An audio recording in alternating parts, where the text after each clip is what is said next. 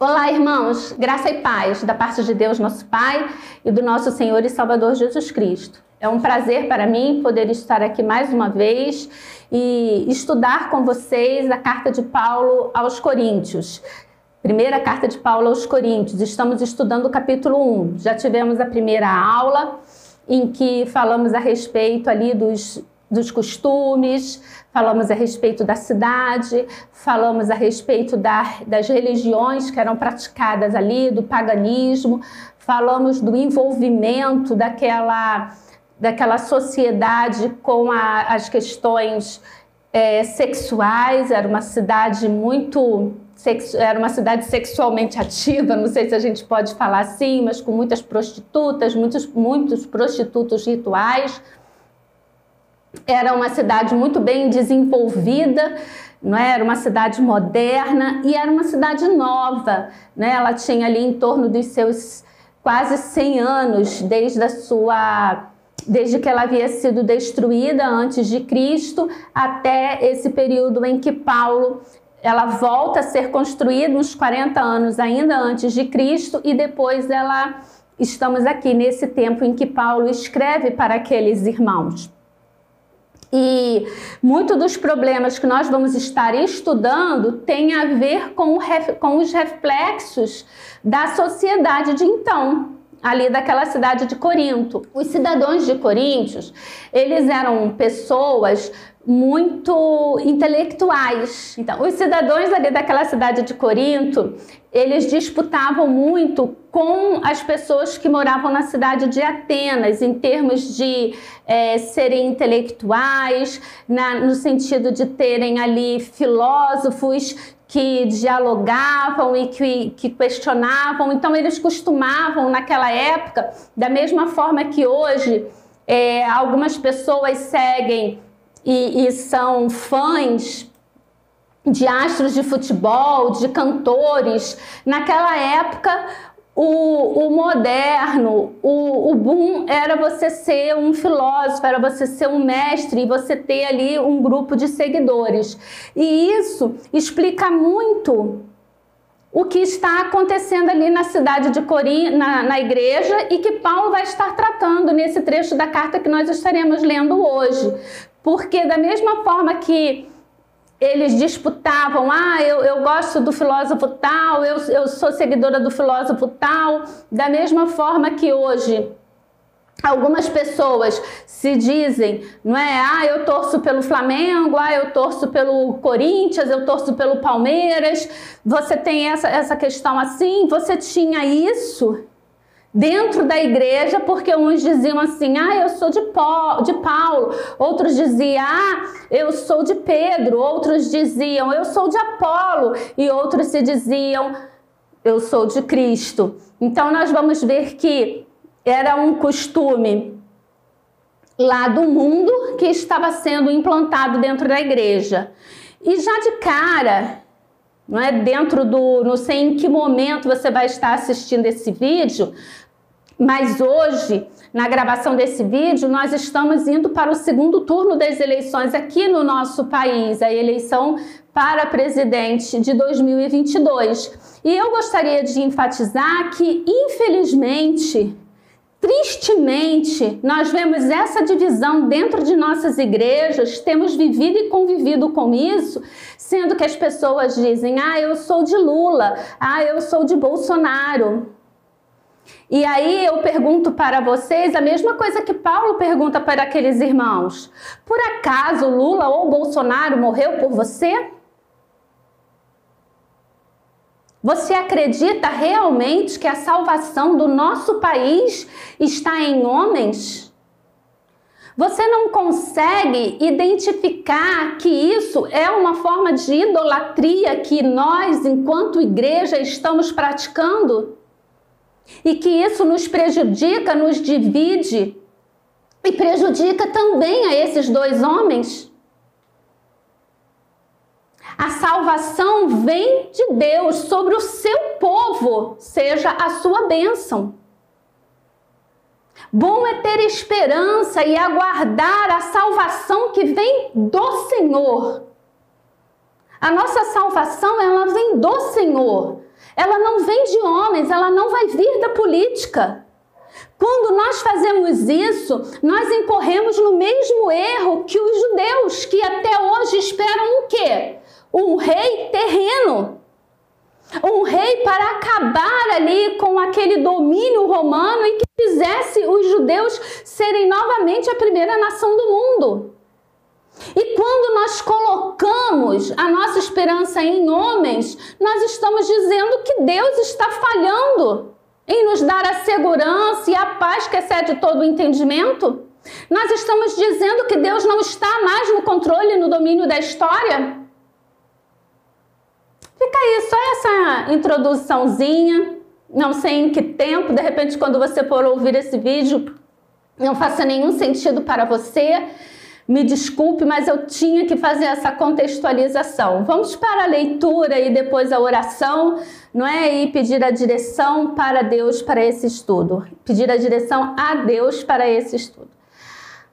Amado Deus, eterno Pai, glorificado seja o teu nome. Senhor, venha a nós o teu reino, Senhor, seja feita a tua vontade, que a tua vontade prevaleça sobre as nossas vidas, que a tua vontade prevaleça sobre essa nação, que a tua vontade prevaleça sobre a tua igreja, ó Pai, que está aqui na terra, sobre os teus santos.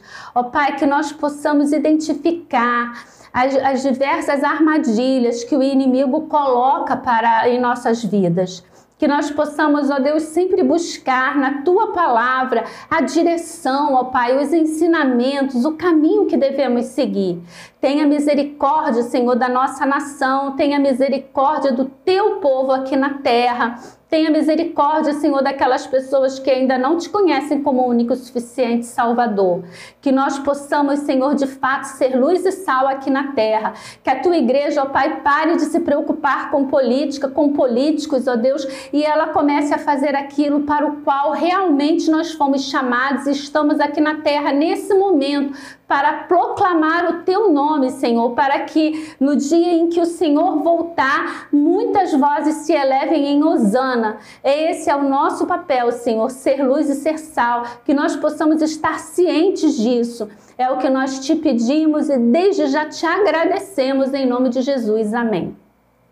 Paulo começa aqui no versículo 10 do capítulo 1, falando para aqueles irmãos: rogo-vos. Eu peço, né, esse rogo-vos, eu entendo assim como um clamor, um pedido assim extremado, né, de Paulo, falando: por favor, prestem atenção, por favor me atendam, por favor me ouçam. Né? E ele está aqui dizendo: rogo-vos, irmãos, pelo nome do nosso Senhor e Salvador Jesus Cristo. Ou seja, ele vai mais fundo. Olha, eu clamo pelo nome de Jesus, que vocês, que faleis todos a mesma coisa e que não haja entre vós divisões. O que Paulo está falando aqui, irmãos? Paulo não está querendo dizer para aqueles irmãos ali da igreja de Corinto que ele quer que todos sejam uniformes. Paulo está querendo dizer para aqueles irmãos que eles precisam ser unidos. O que acontece aqui nessa igreja e o que acontece hoje em nossas igrejas é que não está existindo uniformidade, porque nem pode existir uniformidade. Por que não pode existir uniformidade, irmãos? Porque uniforme, não é? O nome já está falando, uniforme, ou seja, é todo mundo vestido igualzinho. Como é que é o uniforme da escola? Todos nós vestimos a mesma roupa. Hoje as escolas não são tão tradicionais, mas eu estudei numa escola que era por demais, não é, tradicional, e a gente tinha que usar aquela saia comprida de pregas. Lembro que ela era azul, a saia tinha que ser abaixo do joelho e a meia tinha que ficar acima do joelho, não podia ficar nem um pedacinho da perna. E a gente tinha que usar aquela blusa, né, de malha com umas partes assim meio que de elanca, não sei que material era aquilo. E tínhamos que estar todos iguais.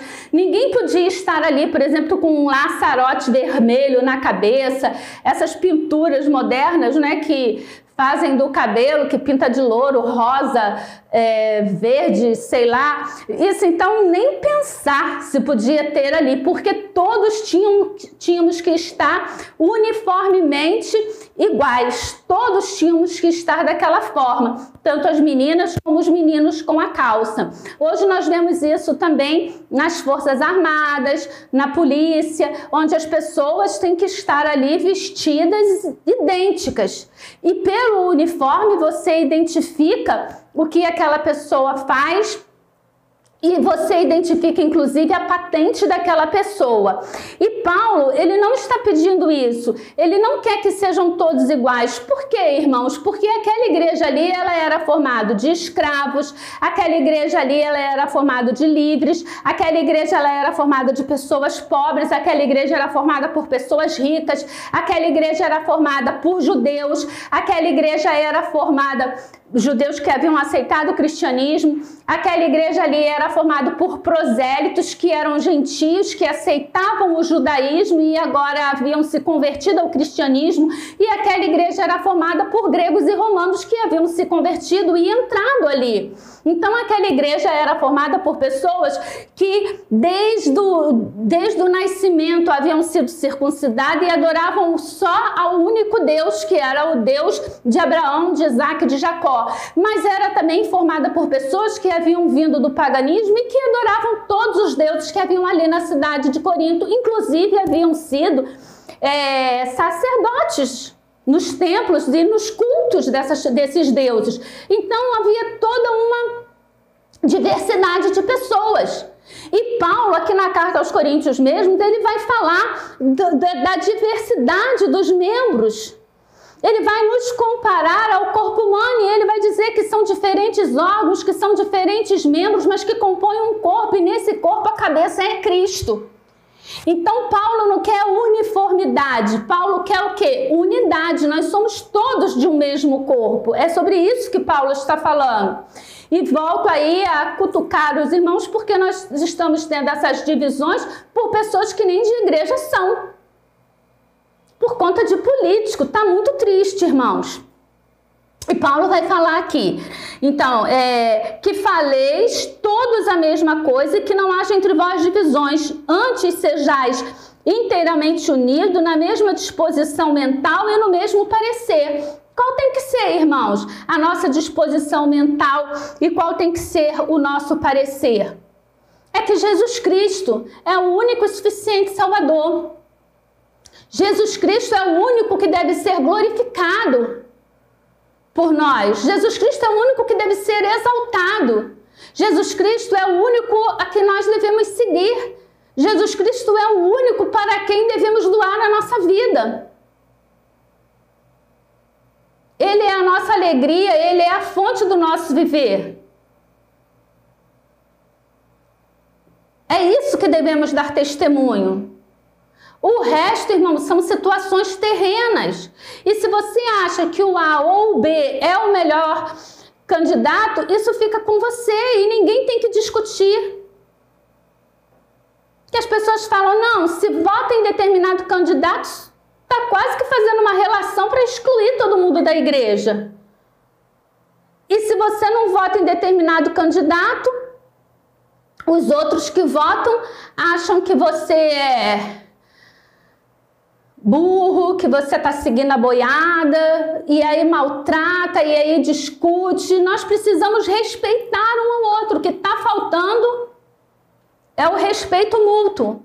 Porque a minha liberdade, ela termina onde começa a sua. Então eu preciso entender os limites. E precisamos parar com essas ofensas. E Paulo continua aqui. Pois a vosso respeito, meus irmãos, fui informado pelos da casa de Cloe de que há contenda entre vós. Eu fico imaginando, irmãos, quando essa carta chegou lá na cidade, na igreja de Corinto, e aqueles irmãos se reuniram para ler a carta, e eles começaram lendo aqui Paulo, chamado pela vontade de Deus, dizendo que dava graças a Deus por aqueles irmãos, e dizendo que fiel é Deus pelo qual eles foram chamados. Depois Paulo começa ali, rogo-vos, pois, irmãos, em nome do nosso Senhor Jesus Cristo, né? Que vocês tenham o mesmo pensamento. Aí, de repente, a pessoa, quando está lendo, chega aqui no versículo 11 e lê: pois a vosso respeito, meus irmãos, fui informado pelos da casa de Chloe. A gente pode quase que imaginar os irmãos daquela igreja todos olhando ali para os da casa de Chloe. Não consegue imaginar? E pensando, uns fofoqueiros e outros pensando, ai, até que enfim alguém fez alguma coisa. A igreja dividida, a gente consegue imaginar a divisão de opinião com relação aos da família de Chloe. Mas olha a importância dessas pessoas, porque elas levaram para Paulo um problema real. Vou repetir, essas pessoas levaram para Paulo um problema real. Era algo que estava acontecendo e que aqueles irmãos tiveram uma visão espiritual de entender que aquilo que estava acontecendo não vinha da parte de Deus. E que precisava ter ali uma autoridade apostólica sobre a vida daqueles irmãos para que aquelas divisões acabassem, para que aquelas divisões cessassem ali naquele local. Por isso eles foram até Paulo. E glória a Deus pela vida dessa família, porque Paulo pôde responder, e aqui está a carta de Coríntios em resposta àquilo que aqueles irmãos foram levar até Paulo. E graças a Deus estamos até hoje nos debruçando e estudando. Por quê? Porque os membros da família de Chloe tiveram uma visão espiritual e um entendimento de que era necessário uma intervenção da parte de Paulo, uma intervenção apostólica para que aquela igreja voltasse ao rumo certo. Glória a Deus por essa família. Queira Deus que mais pessoas como os da família de Chloe se levantem em nossas igrejas nos dias atuais. Porque eu já falei isso, se não na introdução, na aula passada, cada vez mais estamos com dificuldade para agir na igreja. Primeiro, irmãos, que onisciente, onipresente e onipotente só Deus. Pastor de igreja não é onisciente, não é onipotente. Ele não sabe, e nem onipresente, ele não está em todos os lugares, ele não sabe todos os pensamentos e ele não tem todo o poder. Isso só Deus. Então existem muitas coisas que acontecem na igreja, que acontecem nos lares dos irmãos da igreja, que o líder da igreja não fica sabendo. E muitas das vezes, irmãos, o assunto chega em todos os membros, menos no pastor da igreja. Gravam vídeo, distribuem um vídeo, conversam pelo WhatsApp, todo mundo viu, todo mundo sabe, menos o pastor da igreja. É o último a saber.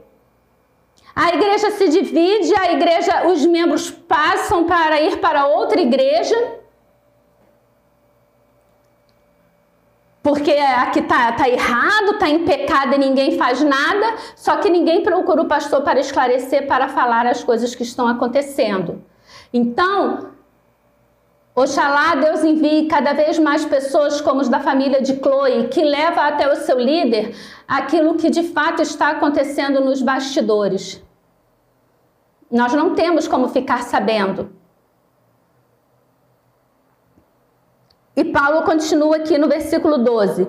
Refiro-me ao fato de cada um de vós dizer: eu sou de Paulo, e eu de Apolo, e eu de Cefas, e eu de Cristo. Formou aqui vários clubes, né? O time liberal de Paulo, né? Já que a gente está aí vivendo política, a gente podia dizer que Paulo era do Partido Liberal. Nós temos o partido erudito de Apolo, nós temos o partido conservador de Cefas e nós temos o partido espiritual de Cristo, que já falei também nas aulas anteriores que com certeza era o pior ali dos partidos. Por quê? Porque era um grupo que dizia: eu não preciso de nenhum líder humano, eu sigo a Jesus Cristo. Muitas das vezes esses vão ser os piores. Então aqui a gente vê, irmãos, que algumas pessoas deviam chegar e falar assim: olha, e isso a gente pode aferir até pelo que Paulo vai estar falando nos outros versículos aqui da carta. Alguns irmãos chegavam e diziam assim: Eu sigo o apóstolo Paulo, porque ele fundou a igreja. Essa igreja aqui de Coríntios foi fundada por ele. Ele me batizou, ele fez isso, ele fez aquilo. Então eu sou do time do apóstolo Paulo, o time liberal do apóstolo Paulo. E aí alguns vinham e diziam assim: não, você está totalmente errada, porque partido bom mesmo é o partido erudito de Apolo. Apolo tem discurso, Apolo é uma pessoa dotada ali, ele tem o dom da palavra. Quando ele fala, os nossos corações ardem e a gente transborda ali de amor e pela experiência do que Apolo fala. E aí alguns vinham e diziam assim: ah, vocês estão todos errados, bom mesmo é Cefas, bom mesmo é Pedro, porque Pedro lá no Pentecoste ele pregou, e quando ele pregou 3.000 almas se converteram. Olha quanto que Apolo, olha quanto que Pedro tem que pregar para que 3.000 almas se convertam. E Pedro chegou e numa tacada só 3.000 almas se converteram. Então, eu sou mais é por Pedro, eu sou mais é do partido de Pedro. E vinham aqueles que ainda diziam assim: ah, vocês estão todos errados. Vocês estão seguindo homens. Eu sigo a Cristo, eu não preciso de nenhuma liderança, eu não preciso da liderança truculenta de Pedro, eu não preciso da liderança de Apolo, eu não preciso da liderança de Paulo, eu preciso de Cristo, e Ele é quem me guia, Ele é quem me conduz aqui, é Ele quem vai me dizer aqui, Ele vai ser o meu pastor aqui na terra. E aí nós vemos as confusões. Podemos imaginar as confusões que existiam ali dentro daquela igreja. Isso tudo porque eles trouxeram um contexto que era terreno, um contexto mundano, de se optar por qual filósofo se seguia, e eles trouxeram isso para dentro da igreja. Tudo isso, essa divisão acontecia por conta disso. Era uma cidade muito competitiva. Eles competiam ali com os jogos istmicos, que ele só ficava abaixo das Olimpíadas. E aí, até fazendo um parênteses, para a gente ver como era devassa a cidade, os jogos istmicos, eles eram praticados com os homens nus. Né? Eles ficavam sem roupa praticando aqueles esportes. Mas vamos voltar aqui para o versículo 13. Paulo fala: acaso Cristo está dividido? Foi Paulo crucificado em favor de vós? Ou fostes porventura batizado em nome de Paulo? Está dizendo, vocês foram batizados em nome de quê? De Cefas, Paulo e Apolo? Ou vocês foram batizados em nome do Pai, do Filho e do Espírito Santo? Cristo está dividido? Porque Cefas prega a Cristo, Paulo prega a Cristo, Apolo prega a Cristo. Por acaso, Cristo está dividido? Para que Paulo esteja pregando uma mensagem, Apolo outra, Pedro outra, ou eles pregam a mesma mensagem, só que de forma diferente? Paulo está ali pegando pesado com aqueles irmãos. Paulo está dizendo, eu é que morri por causa de vocês? E da mesma forma, ele não faz aqui, mas nós podemos entender que Paulo está perguntando, foi Pedro que morreu por vocês? Foi Apolo que morreu por vocês? Quem é que morreu por vocês? Foi Cristo. Então vocês têm que ser, ali obedientes a Cristo e respeitar a liderança terrena que Cristo, que Deus colocou aqui para guiar vocês, e não ficarem divididos em partidos. E aí Paulo continua: eu dou graças a Deus porque a nenhum de vós eu batizei, exceto Crispo e Gaio. Aqui pode até dar a intenção de que Paulo está meio que desprezando o ato batismal, mas não, o que Paulo está dizendo é o seguinte, ele vai falar no versículo seguinte, não é para que ninguém diga que foste batizados em meu nome. Aí ele lembra, eu batizei também a casa de Estéfanas, além deste não lembro se batizei algum outro, porque não me enviou Cristo para batizar, mas Cristo me enviou para pregar o evangelho. Então o que Paulo está falando aqui é que o batismo, ele é importante, mas, irmãos, você não vai ser mais ou menos espiritual dependendo de quem te batizou. Existem igrejas onde o líder do pequeno grupo batiza, participa do batismo. Existem igrejas onde os pais batizam os filhos. Existem igrejas onde o pastor batiza as suas ovelhas.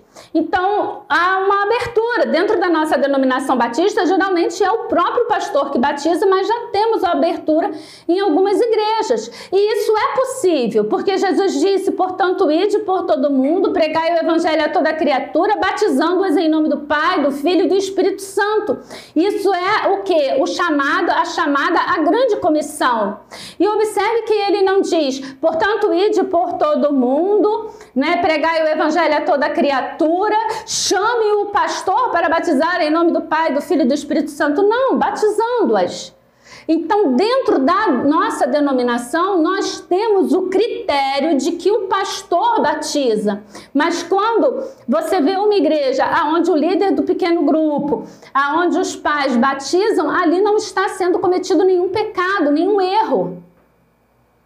E Paulo está dizendo, eu optei por não ficar batizando vocês.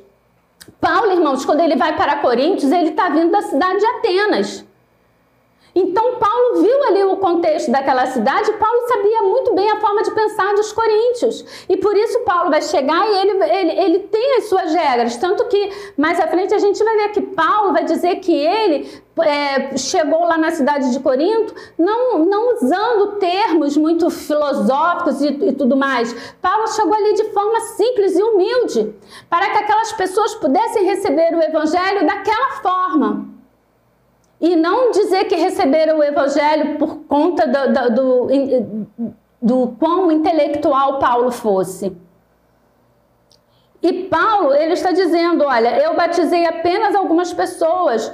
E isso eu tive esse trabalho, por quê? Porque eu não queria que ninguém se achasse mais ou menos espiritual, porque foi batizado por mim. Eu particularmente acho muito estranho, irmãos.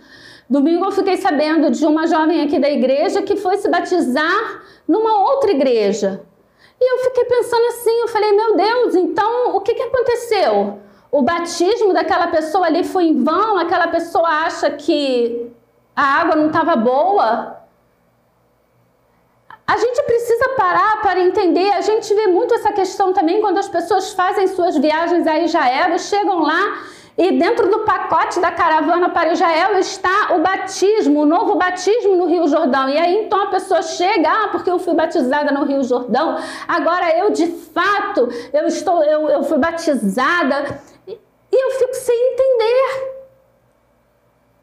Eu fui batizada, irmãos, aos meus 8 anos de idade, com plena convicção daquilo que eu estava fazendo, que eu estava ali, proclamando, dando a minha profissão de fé de que eu estava morrendo para o mundo e nascendo para Cristo. Ao longo da minha caminhada, tive muitos altos e baixos, mas nunca perdi o significado do que foi o meu batismo. E nesse sentido sou muito radical. Porque se tivesse que ser batizada por estar dentro de uma outra denominação em algum sentido, eu me negaria, porque eu tenho certeza do porquê eu fui batizada. E aí eu pergunto, você tem convicção do seu batismo ou você simplesmente cumpriu um ritual da igreja? Sim, porque se você não tem convicção do seu batismo, ele deixa de ser uma ordenança e passa a ser um ritual. Ou nós temos convicção do que fazemos ou não temos, irmãos. E aí como é que fica? E Paulo está falando para aqueles irmãos, olha, não entra por essa de achar que você é mais espiritual porque foi batizado por mim ou porque foi batizado pelo fulano. Jesus também não batizava. Olha quão sábio é o nosso mestre. Ele não batizava. Imagine uma pessoa que tivesse sido batizada por Jesus. Ela ia se achar a última cocada do tabuleiro da baiana. Porque ela foi batizada por Jesus Cristo. E ali até tem aquela discussão entre os discípulos de João e os discípulos de Jesus, de quem é que estava batizando mais, e ali ele fala que não era Jesus quem batizava, eram os discípulos quem batizavam. Bem, irmãos, eu espero que você não tenha ficado chateado comigo por causa do meu desabafo na introdução, Mas é que às vezes a gente vê a igreja se perdendo em coisas tão mundanas. O nosso reino, ele não é aqui terreno, irmãos. O nosso reino, ele é eterno. Cristo, ele já iniciou o seu reino, mas nós ainda estamos sujeitos às coisas desse mundo. E por isso nós passamos por dificuldade, passamos por aflição. Não fique pensando que Deus perdeu o controle. Deus tem o controle da situação. Deus olha pela sua igreja. Eu fico assim, estarrecida, porque às vezes ficam passando uns vídeos, umas mensagens, como se as trevas fossem vencer a luz. E eu fico, gente, onde é que está ali que as portas do inferno não prevalecerão sobre a igreja de Cristo? Não pode, irmãos, eles podem chegar e tentar... A gente pensa assim, quando ouve o versículo, as portas do inferno não prevalecerão contra a igreja. Então parece que é o inferno querendo chegar na igreja, mas observe, não é isso. Senão ia dizer que as portas da igreja prevalecerão sobre o inferno, e não é isso que está sendo dito. É que as portas do inferno não subsistirão sobre o agir da igreja. Então não é político, somos nós. A mudança do nosso país, a mudança do nosso bairro, a mudança da nossa rua está sobre as nossas mãos. Quando a igreja se ajoelhar e orar, quando a igreja sair em campo pregando o evangelho a toda criatura e as pessoas começarem a se converter, então, irmãos, ali haverá toda uma mudança. Não passe para o outro aquilo que cabe a cada um de nós. Que o Senhor possa estar abençoando nossas vidas, que o Senhor possa estar nos dirigindo e nos conduzindo cada dia mais. E que, oxalá, Deus não permita esse engano que tem ocorrido dentro de nossas igrejas. Esse engano é pela falta do entendimento das Escrituras. E se você está assistindo esse vídeo, você já está num bom caminho, porque você está buscando, não porque você está me ouvindo, mas porque você está buscando estudar a palavra de Deus. Que o Senhor possa estar nos abençoando. É o que eu desejo e peço a Deus em nome de Jesus. Amém.